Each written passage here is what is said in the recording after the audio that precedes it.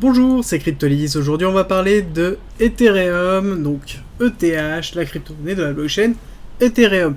Donc, une blockchain très connue, certainement tout aussi connue que BTC. On dit que c'est la numéro 2. On définit que BTC, Bitcoin, c'est le papa. Et globalement, juste en dessous, on a Ethereum. Alors, Ethereum, si vous ne connaissez pas ce que c'est, en tout cas, si vous ne comprenez pas si fondamentalement ce que c'est très simple, globalement, c'est ce qui a apporté toute la notion de programmabilité des blockchains. S'il n'y avait pas Ethereum, il n'y aurait pas de DeFi, comme on l'entend à l'heure actuelle. C'est Ethereum qui a inventé la notion de smart contract et qui a mis en tout cas l'accent sur l'utilisation des smart contracts dans l'intégration globalement de la blockchain. C'est ce qui permet à la blockchain de pouvoir tout simplement exécuter une notion de programmabilité, donc une notion de choix et globalement d'éléments prédéfinis. Donc c'est vraiment la force d'Ethereum, c'est que ça a déjà, c'est l'élément précurseur qui a permis de faire ça. Alors à côté, Ethereum, qu'est-ce que c'est ? C'est aussi notamment une blockchain très sécurisée. Alors, en l'occurrence, les BTC maximalistes me diront que non, ce n'est pas sécurisé. Mais bon, je considère qu'en effet, Ethereum est quand même très sécurisé et très décentralisé par rapport à la nouvelle norme qu'on peut retrouver chez certaines autres blockchains qui se disent Ethereum killer. Et à côté, c'est une communauté juste gargantuesque. C'est vraiment une communauté qui est monstrueusement importante, très très présente, et notamment au niveau des développements effectués autour d'Ethereum. Voilà, il y a vraiment beaucoup de monde qui est effectué, et c'est une des décorrélations qu'on pourrait avoir entre Ethereum et BTC aussi, c'est la taille des équipes pour développer, et c'est là où on se rend compte que, en effet, Ethereum, quand même, est beaucoup plus compliqué aussi dans sa mise en place que BTC. Et c'est une des raisons pour lesquelles, notamment, on parle beaucoup du passage en Proof of Stake d'Ethereum, parce que à l'heure actuelle, elle est Proof of Work, mais elle va passer en Proof of Stake avec Ethereum 2.0 qui ne s'appelle plus Ethereum 2.0 mais qu'on continuera quand même à appeler Ethereum 2.0 pendant, je pense, très longtemps, le temps qu'en tout cas le merge se fasse. Et oui, le temps que le merge se fasse. Ça, c'est une information importante parce que ça fait très longtemps qu'on attend ce merge. Et normalement, c'était prévu pour début juin. Ça a été reporté à une date qu'on ne connaît pas. Il y a des bruits de couloir qui nous disent en août.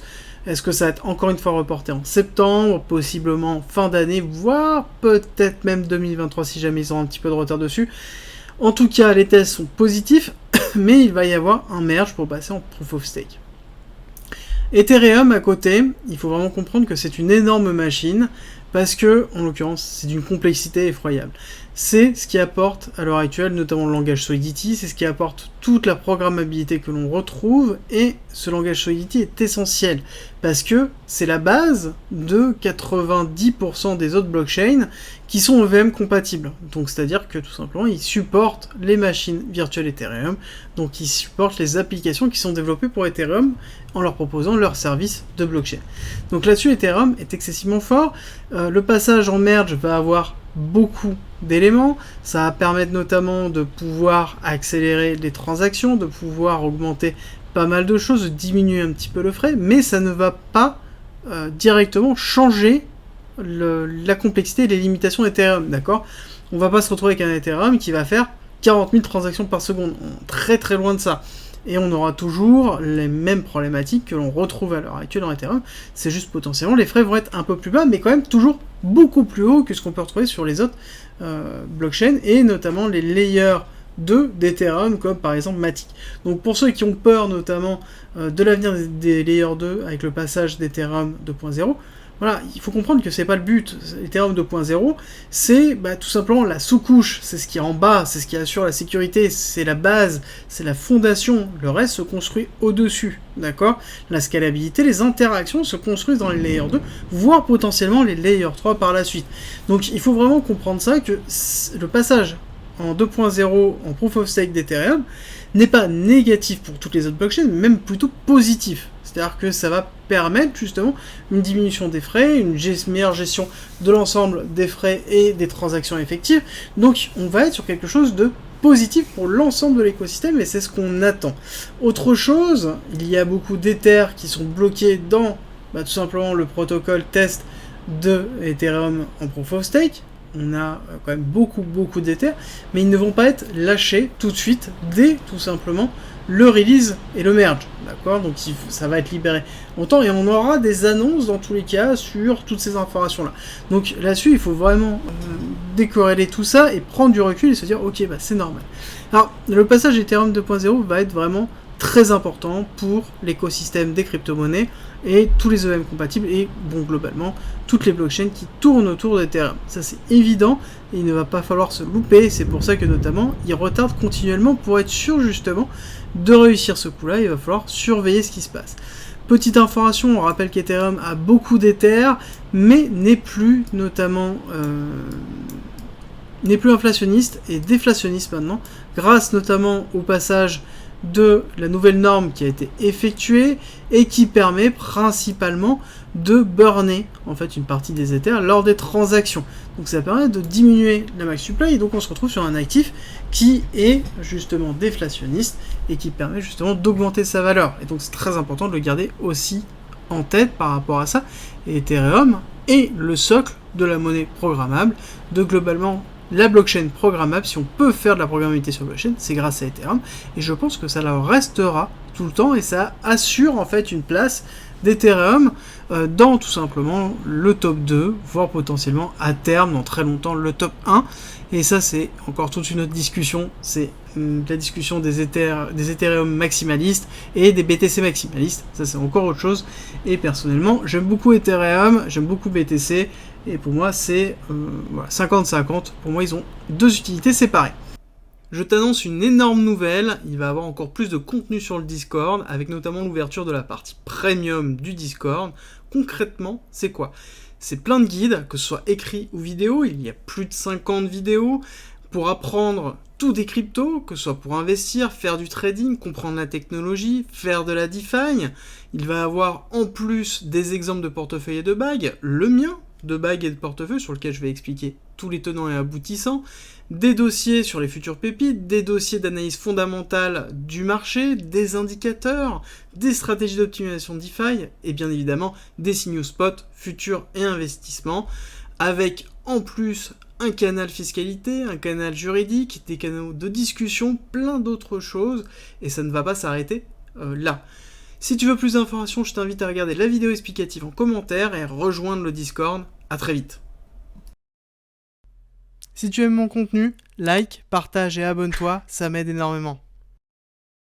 Alors, on a terminé avec le long laïus pour expliquer tout simplement un petit peu tout ça, et on va attaquer la partie technique qui est intéressante. On va retirer le logarithmique parce qu'on n'en a absolument pas besoin dans ce qu'on va faire, et on va regarder un petit peu le cours en lui-même. Donc nous avons une schématique héliotiste classique en vague 1, vague 2, vague 3, nous sommes actuellement dans la vague 4 qui est actuellement en cours de clôture. Alors c'est juste que là je ne l'ai pas bien placé, mais qu'elle est ici, cette vague 4, et nous sommes actuellement en train de la terminer avec un retracement ABC qui est en cours, et d'ailleurs je n'ai pas mis le retracement. Nous avons une schématique qui est proche de celle du BTC, bien évidemment les deux sont très corrélés, et on voit qu'on a une prochaine extension qui se situerait notamment ici au 272. Alors je vais juste rajouter le 1.1 parce qu'il n'y est pas, et j'aime bien l'avoir le 1.1 quand on fait une extension en ABC parce que c'est un niveau qui est important aussi. On voit qu'on a perforé le 1.1 et qu'on est en train de travailler la partie basse, et que le niveau important pour moi serait les 1422 pour le 272 qui serait une extension classique pour terminer justement cet élément là et valider aussi une continuité de cette baisse ici, de cette vague 5 pour la mener justement potentiellement hop ici. Sera intéressant, ça nous permettrait notamment de valider un BCARST saut, d'accord, donc saut très profond avec prise de liquidité, hop, tac, on prend là de l'AR, donc on aurait une prise de liquidité de l'AR. Pour l'instant, on est en train de travailler cette prise de liquidité, d'accord, on est vraiment en train de travailler la prise de liquidité. Si on place correctement ici, on voit qu'on ne l'a pas prise, d'accord, on est limite, alors je vais juste hop, on va retirer ça, on va la remettre directement, ce sera beaucoup plus simple. Vous voyez, voilà, on a renforcé la liquidité, mais on n'a pas pris la liquidité. Très important de le retenir, c'est que là, actuellement, on est en train de travailler un point vraiment crucial, d'accord, on est en train de renforcer cette liquidité-là, mais là, comme c'est en train d'être appelé, je pense qu'on va casser ce niveau-là, on va aller prendre les 1700, et ensuite, pour moi aller chercher la liquidité en dessous qui se trouve hop, ici à 1535. Et une fois qu'on aura pris ces niveaux-là, est-ce qu'on va aller chercher plus bas, notamment ici les 1422? Pour moi, je garde l'idée. C'est-à-dire je me dis que potentiellement on peut aller le chercher là-dessus. Tant qu'on n'a pas validé une reprise, et la reprise elle va être longue, hein, il faut un break-off structure. Un break-off structure hebdomadaire, c'est haut, c'est 3500, d'accord? Et ce serait vraiment très très fort. Ce qui est important de voir, c'est que là, on a le top de la vague 1, d'accord? Pour ne pas invalider en fait cette théorie, il ne faut pas casser ici ce niveau-là, d'accord? Donc potentiellement, on n'ira pas exactement à ce niveau-là, on ira mécher juste au-dessus pour pouvoir repartir, je pense. Si jamais on casse le top 1, enfin en tout cas le premier top qui a été effectué dans cette schématique Heliotis, ça veut dire aussi qu'on change de schéma, et c'est un schéma que je vous ai présenté notamment avec BTC, on aurait vague 1, vague 2, vague 3, 4, et là on aurait la 5 terminée, et on sera en retracement dans ABC, ou en grande A, grande B, grande C, à voir par rapport à l'évolution qu'on va avoir par la suite. Dans tous les cas, cette année on est censé avoir sur Ethereum notamment le merge, on sait que ça va avoir quelque chose d'excessivement positif. Si le merge se passe bien, on va avoir une réaction haussière forte et structurée, d'accord? Avant potentiellement d'avoir une libération des Ethers qui vont au fur et à mesure se distiller sur le marché, mais ce ne sera que au long terme. Pour moi, Ethereum, en termes de perspective, est-ce qu'un Ether à 1775 $ est intéressant? Oui. Est-ce qu'il sera intéressant à 1000 $? Tout à fait. Pour moi, ça reste excessivement important. L'Ethereum dessus est une brique fonctionnelle vraiment dans l'écosystème global. Donc il n'y a pas peur pour moi à investir sur l'Ethereum. Même si en effet le merge peut mal se passer, il peut avoir beaucoup de FUD qui peut être mis en place derrière, mais néanmoins pour moi ça a une valeur vraiment conséquente pour la suite et qu'il faut vraiment le garder en tête. Alors au niveau des perspectives, pour moi l'Ethereum peut très vite en fait, étant donné que c'est déflationniste, hein, et tant qu'il y a des use cases qui sont construits qui allaient utiliser, ce qui sera forcément le cas quand on a de la programmabilité des smart contracts, on peut très vite dépasser les 10 000 $ pour aller tacler justement des zones beaucoup plus conséquentes, et ce qui est normal au vu tout simplement de l'écosystème en lui-même. Alors, on garde en tête quand même qu'on a des niveaux quand même très bas dans une schématique de continuité baissière de ce style-là, avec potentiellement une chute forte, d'accord? Donc on pourrait avoir ici un ABC qui se met en place, non pas une vague 5. On pourrait aller chercher ici cette zone des 480-600 $. Pourquoi pas avec les 1000 $ qui se trouvent là. Ça peut être une chose si jamais on a une continuité baissière forte, et notamment par exemple un incident lors du merge, que le merge ne se passe pas exactement comme prévu, on risque d'avoir une partie de FUD qui va se faire, une chute très forte, on va racheter et ensuite on va remonter, parce que je peux vous l'assurer que les personnes qui soutiennent Ethereum soutiendront même si jamais il y a un défaut dans le merge. Dans tous les cas, Ethereum a montré qu'il était capable de pouvoir se relever même en cas de problématique, hein, on n'oublie pas là le moment d'Ethereum classique, donc voilà, faut le garder en tête, et pour moi ça reste un actif solide, peu importe le prix dans lequel on peut l'avoir. Merci d'être resté avec moi jusqu'au bout, abonne-toi, partage si t'as aimé, et rejoins-nous sur Discord, c'est avec plaisir qu'on t'accueillera, et à très vite.